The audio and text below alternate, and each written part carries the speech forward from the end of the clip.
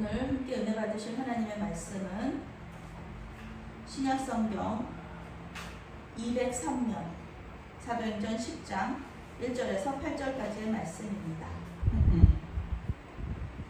신약성경 203면 1절에서 8절까지의 말씀 교독합니다.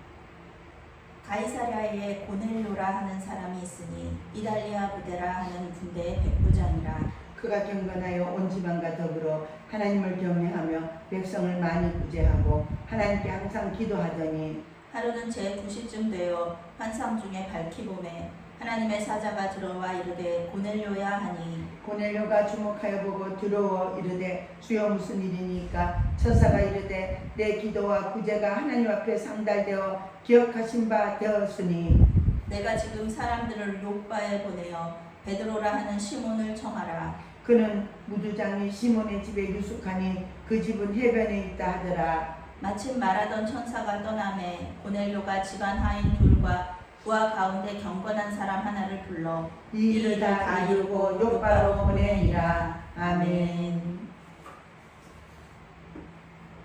익숙함에서 벗어나기라는 제목으로 말씀 전할 때에 많은 은혜 받으시기 바랍니다. 기도하시겠습니다. 사랑의 하나님, 주님과 함께하는 삶은 언제나 새롭고 놀라운 일들로 가득합니다. 때때로 우리가 감당하기 어려운 일들도 있지만 그 모든 것이 합력하여 선을 이루실 줄로 믿고 따라갑니다. 주님, 우리의 믿음 없음을 불쌍히 여기사 말씀 가운데 위로하여 주시고 능력 주셔서 용기 있게 주님의 말씀에 순종하게 하여 주시옵소서. 말씀 가운데 임재하실 주님을 기대하오며 예수님의 이름으로 기도합니다. 아멘. 네, 오늘의 핵심 주제는 하나님은 때때로 새로운 것을 명하신다 라는 것입니다. 오늘 말씀은 이제 드디어 복음이 이방인들에게 전해지는 과정을 보여주고 있습니다. 사도행전이 말하는 첫 번째 이방인 개종자는 바로 로마의 백부장 고넬료입니다. 고넬료의 회심으로 인하여서 이제 교회 공동체는 유대인만의 하나님을 믿는 예수님을 믿는 교회 공동체가 아니라 이제 이방인이 함께 예배하는 교회 공동체가 되어서 더 부흥하고 성장하게 됩니다. 1절부터 4절까지의 말씀 함께 읽겠습니다. 1절부터 2절까지의 말씀 읽겠습니다.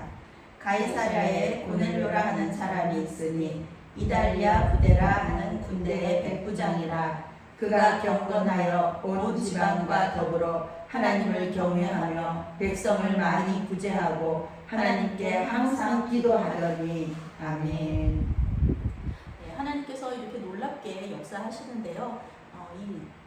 정말 이 익숙한 것은 유대인들만의 하나님인 줄 알았는데 그것이 아니라 멀리서 로마의 백부장이 하나님을 잘 믿는 사람이 이때 있었다는 것입니다. 교회사에서 아주 중요한 역할을 담당한 고넬료는 가이사랴에 주둔한 로마군 소속의 관원입니다. 백부장 하면은 100명의 그 군사들의 대장이라는 뜻인데요. 로마가 전 세계를 정복했었던 그 이유 중에 하나가 바로 이 백부장 제도입니다. 그래서 백부장은 굉장히 용감하고 또 이렇게 통솔력 있는 사람이 맡았었는데요. 이 가이사랴라는 도시 자체도 또 이방인들의 이렇게 많이 있는 그런 도시였습니다. 욥바에서 북쪽으로 50km 정도 떨어진 도시입니다. 욥바까지는 걸어서, 예전에는 다 걸어 다녔으니까요. 걸어서 12시간 정도 거리에 있었습니다. 이곳은 지중해에서 가장 크고 중요한 항구 도시입니다. 욥바에서 요나가 이렇게 다시스로 가는 배를 타고 가다가 이렇게 니느웨로 가게 되죠. 그래서 욥바라는 곳을 생각하면 우리가 이방인 선교랑 관계가 있구나라고 생각할 수 있는데 마찬가지죠. 여기서도 고넬료라는 아주 탁월한 그런 로마의 사람을, 로마의 군인을 하나님께서 부르셔서 예수 믿는 사람으로 첫 번째 제자가 되게 하는데요. 이곳은 지중해에서 가장 크고 중요한 항구 도시였고 로마의 속주였던 유대의 수도였습니다. 그러니까 아주 큰 도시죠. 이 도시는 유대인의 세력보다는 이방인의 세력이 더 많은 그런 더 큰 그런 도시였습니다. 우선은 로마 군대가 주둔을 하고 있으니까요. 이제 이곳에 그 고넬료와 그의 가족을 통하여서 이제 이방인의 교회가 세워지게 되는데, 이방인의 세력이 크다 보니까 그 유대인들의 박해가 상대적으로 심하지 않은 거죠. 우리가 외국인들이 예수 믿는 것에 대해서, 외국인들이 다른 종교를 가지고 있는 것에 대해서 우리가 이렇게 터치하기 쉽지 않잖아요. 특히 그 외국이 더 우리보다 우리의 그 식민지, 우리의 그런 어떤 식민지 지배를 하고 있는 나라일 경우는 더 그랬을 것입니다. 그러니까 아주 좋은, 박해받지 않고 이방인들이 계속 전도받을 수 있는 그런 좋은 곳에 이 고넬료가 있었다. 하나님께서 고넬료를 거기다가 심어주셨던 거죠. 이러한 사회적 상황은 복음이 이방인들에게 전파되는데 아주 긍정적으로 작용을 하게 됩니다. 고넬료는 로마군의 백부장으로서 이달리아대 소속이었다. 이렇게 성경이 이야기하고 있습니다. 이달리아 대대, 이것은 이제 600명 정도의 로마 군인으로 구성되어 있었는데, 이 600명 정도니까 이제 대장이 6명 정도 있었는데 그 중에서 한 명이 바로 고넬료였다는 것이죠. 이제 이 사람들은 이곳에 주둔하다가 때가 되면은 로마로 돌아갈 것이었습니다. 그래서 이 고넬료의 회심이 되게 중요한 거예요. 복음이 이들을 통해서 로마로 전파가 되었다는 것이죠. 로마 교회가 어떻게 세워졌는지 성경은 우리에게 말해주지 않습니다. 로마의 교회는 누군가가 분명히 세웠을 텐데 성경이 이야기해주지 않아요. 그런데 아마도 이 고넬료를 통해서 회심한 이방인들이 가서 세우지 않았을까? 이런 얘기들이 나올 수 있는 것은 이 고넬료와 그 동료들이 이렇게 이달리아에 있다가 다시 로마로 돌아갈 것이었기 때문에 이런 생각을 할 수가 있다는 것입니다. 이 모든 상황들이 서로 연결이 되어서요, 복음은 점점 더 멀리 전파되고 교회는 계속해서 확장이 되는 것입니다. 하나님은 인류를 구원하시기 위해 이 모든 일을 계획하시고 또 지휘하시는 것입니다. 지금도 주님께서는 이 일을 하고 계시죠. 아직까지 온 세상이 복음화되지 않았기 때문에 하나님께서는 계속해서 복음 전파에 일을 하고 계시는데, 그 일에 우리 교회가 참여하고 있다는 것은 정말 감사하고 또 놀라운 일입니다. 성경은 고넬료를 경건한 사람이다 이렇게 소개하고 있습니다. 사실 고넬료는 유대인들에게 환영받는 존재는 아니었을 것입니다. 유대인들의 경건한 사람이라는 것은 이제 하나님을 믿는 사람이다, 하나님을 잘 믿는 사람이다, 이런 뜻인데요. 특히 사도행전에서. 그런데 이제 우리나라도 유대인들과 같은 경험을 공유하고 있잖아요. 우리도 일본의 식민지 경험을 했잖아요. 그런데 일본의 식민지 지배를 받을 때 일본 사람이 아무리 우리나라 사람들한테 잘해주고 그런다고 해도 아무래도 일본 군인은 조금 이렇게 멀리 할 수밖에 없는데, 일본군 장교라고 해도 아무리 우리나라에게 잘해주는 일본군 장교라고 해도 조금 이렇게 멀어질 수가 있는데, 유대인들도 마찬가지죠. 로마의 군인을 이렇게 좋은 이렇게 관계로 보기가 힘들었을 텐데, 이 사람은 워낙에 성경은 이 고넬료가 참 경건한 사람이었기 때문에 이 유대인들로부터도 사랑과 존경을 받았다. 이렇게 얘기하고 있는 것입니다. 경건한 사람이다 라는 게 그런 뜻이거든요. 할례를 받지는 않았어요. 할례를 받지는 않았지만, 그래서 유대인은 아니지만, 유대인이 되지는 않았지만 이스라엘의 하나님을 믿는 사람을 경건한 사람이라고 하는데, 이 고넬료는 그런 경건한 사람이었다는 것이죠. 고넬료뿐만이 아니라 그 집안 모두 하나님을 믿는 경건한 사람이었다. 그는 경건하고 하나님을 경외하는 사람이었고, 한 가정의 좋은 아버지였고 또 좋은 군인이었습니다. 만약에 그렇지 않았다 그러면 그 가족들과 부하들이 하나님을 믿지 않았을 것입니다. 또한 성경은 고넬료가 백성들을 많이 구제하고 하나님께 항상 기도하는 사람이었다 이렇게 말합니다. 그래서 기도하는 사람이 구제하는 사람인 거예요. 성경은 항상 그렇게 얘기해요. 구제는 항상 하나님께 기도하고 하나님 말씀에 순종하는 사람들이 하거든요. 고넬료는 월급을 받아서 사는 사람이었습니다. 그런데 다른 나라의 가족들과 함께 와서 살면서 그 나라 사람들을 위하여서 구제하였다. 물질로 섬겼다. 이게 참 어려운 일이었을 거예요. 그런데 성경은 그가 많이 구제하였다. 이렇게 말하고 있습니다. 그냥 구제한 게 아니에요. 많이 구제했다. 이렇게 말하고 있습니다. 머릿속으로만, 관념으로만 하나님을 믿는 사람이 아니라 그 사람은, 이 고넬료는 믿음을 실천하는 사람이었다. 예수님에 대해서는 모르지만 하나님을 잘 믿는 사람이었습니다. 그의 실천은 가난한 유대인들을 불쌍히 여기고 물질로 섬기는 모습으로 나타납니다. 그러니 하나님께서 이 고넬료에게 복을 주시고 싶으신 거죠. 어떤 복을 주시냐 하면은 예수님을 믿게 되는 그런 복을 주시고 싶으신 겁니다. 3절 말씀과 4절 말씀 함께 읽겠습니다. 하루는 제 2시쯤 되어 환상 중에 밝히 보매 하나님의 사자가 들어와 이르되 고넬료야 하니 고넬료가 주목하여 보고 두려워 이르되 주여 무슨 일이니까? 천사가 이르되 내 기도와 구제가 하나님 앞에 상달되어 기억하신 바가 되었으니. 아멘. 고넬료는 항상 기도하는 사람인 거예요. 항상.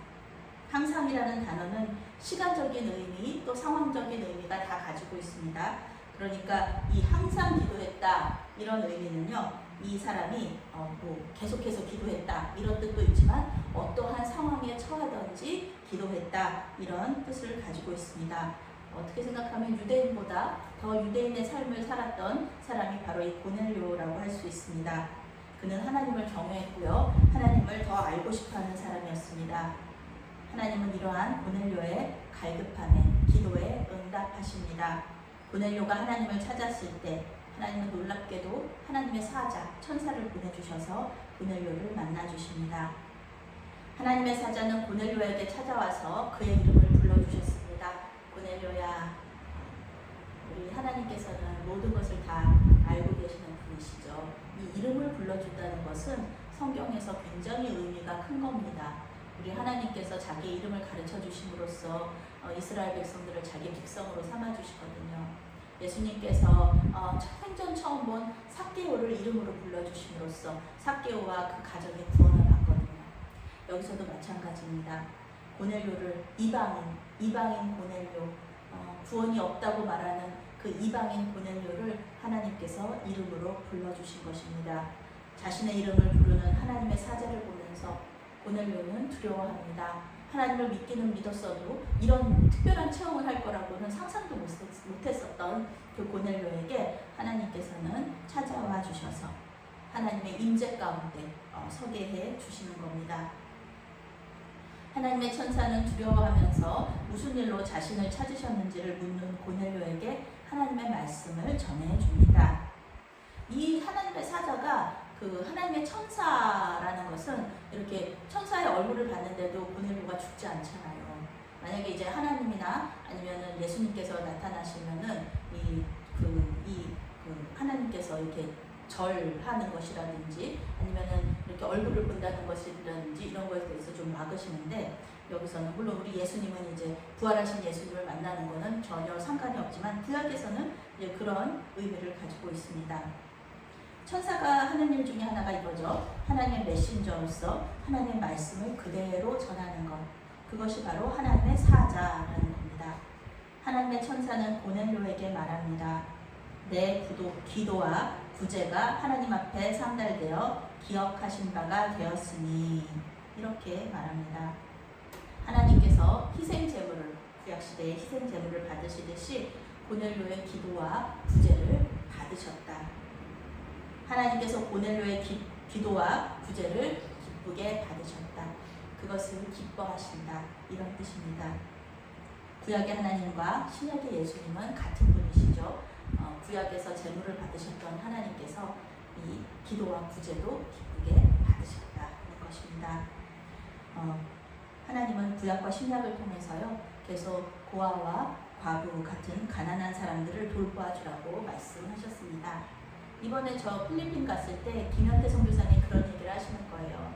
자기가 생각하는 천국은 고아와 과부가 정말 행복하게 사는 거다. 아무 걱정 없이 하나님 잘 믿으면서 예배하면서 사는 거다.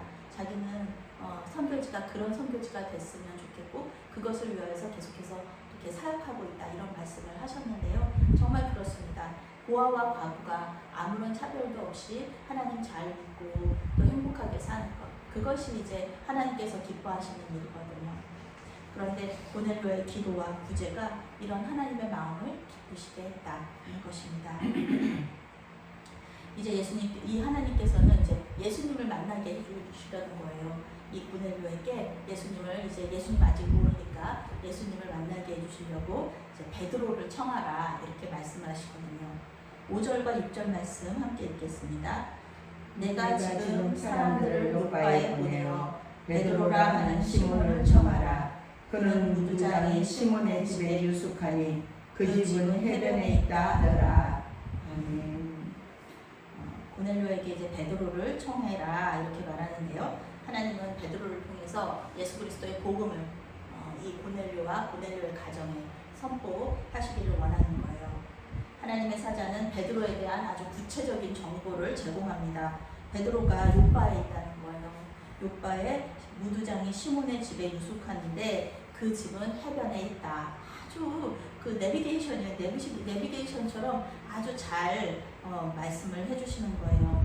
베드로에 대한 정보를 이렇게 제공하고 천사는 떠나게 됩니다.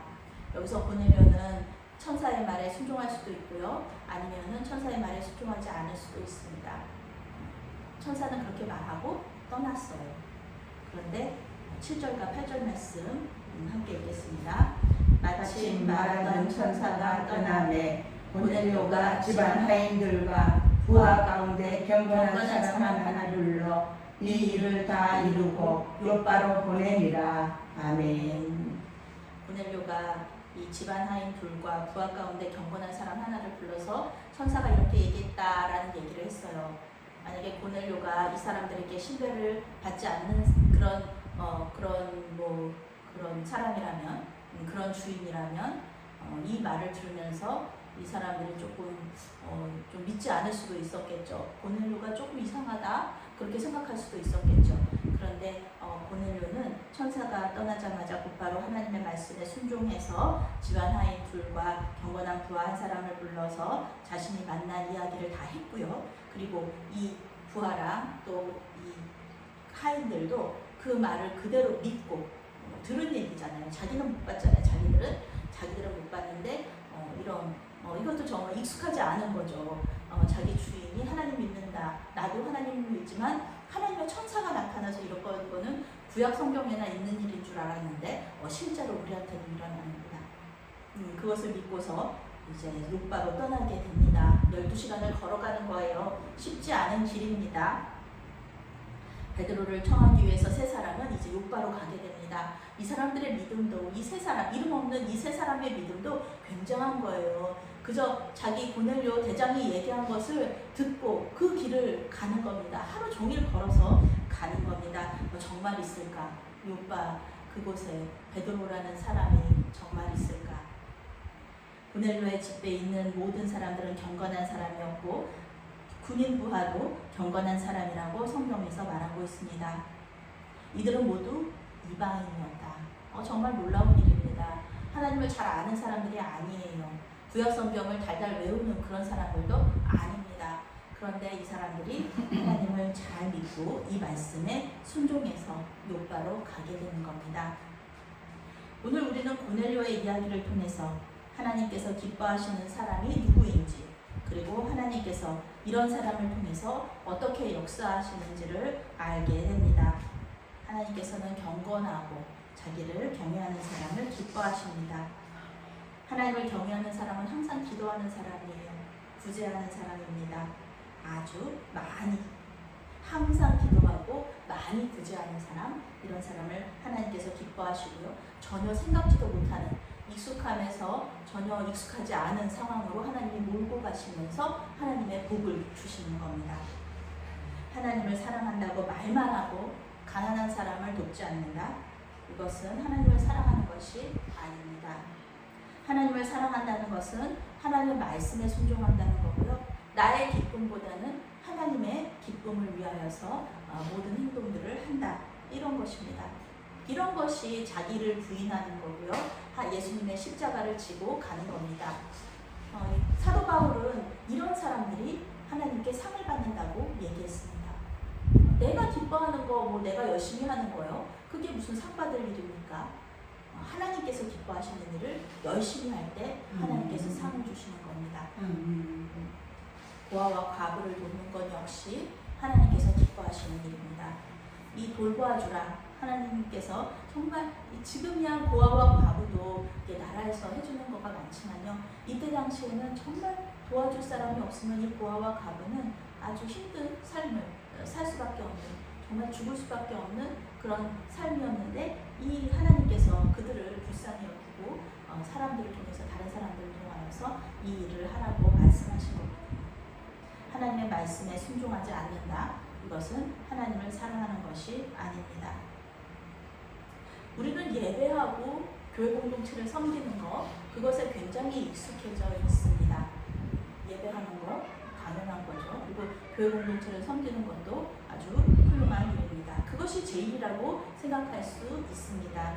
그러나 그것은 이제 물론 중요하고 좋은 일이지만 오늘 하나님께서는 기도하고 구제하는 것, 그것을 강조하고 계십니다.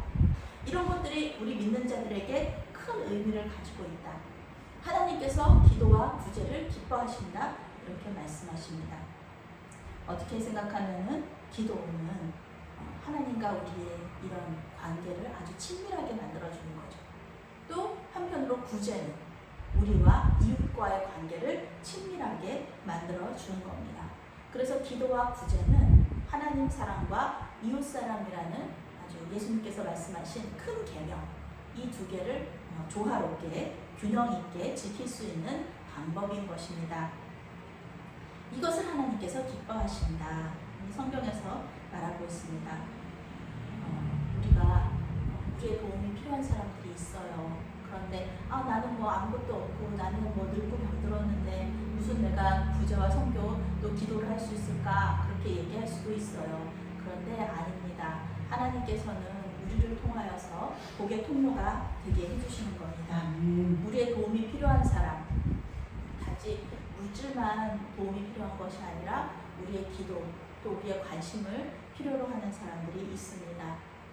익숙한 방법이 아니라요, 전혀 새로운 방법으로 하나님께서는 그들을 돕게 해주십니다. 하나님께서 새로운 방법으로 우리를 인도하실 때 그건 익숙하지가 않아, 나는 그런 일을 할 수가 없어, 그렇게 얘기하는 것이 아니라 아멘, 할렐루야로 받아들이시기 바랍니다. 그렇게 할 때 하나님께서 우리의 기도와 구제를 기쁘게 받으시고 또 기억하여 주시고 그러면서 우리를 예수님께로 더 가깝게 인도하여 주실 줄로 믿습니다. 아멘. 사랑의 하나님, 우리가 기도할 때 우리의 기도를 들어주시니 감사합니다. 또한 우리의 구제도 기쁘게 받아주시니 감사합니다. 오늘 말씀을 통해 주님께서 기도와 구제를 기뻐하시고 기억하신다는 것을 알았사오니 이 시간 우리의 기도와 구제를 필요로 하는 사람을 생각나게 하여 주시고 그들을 돕게 하여 주시옵소서. 고넬료처럼 많이 기도하고 많이 구제할 수 있는 마음과 물질을 우리에게 허락하여 주시옵소서. 예수님의 이름으로 기도합니다. 아멘.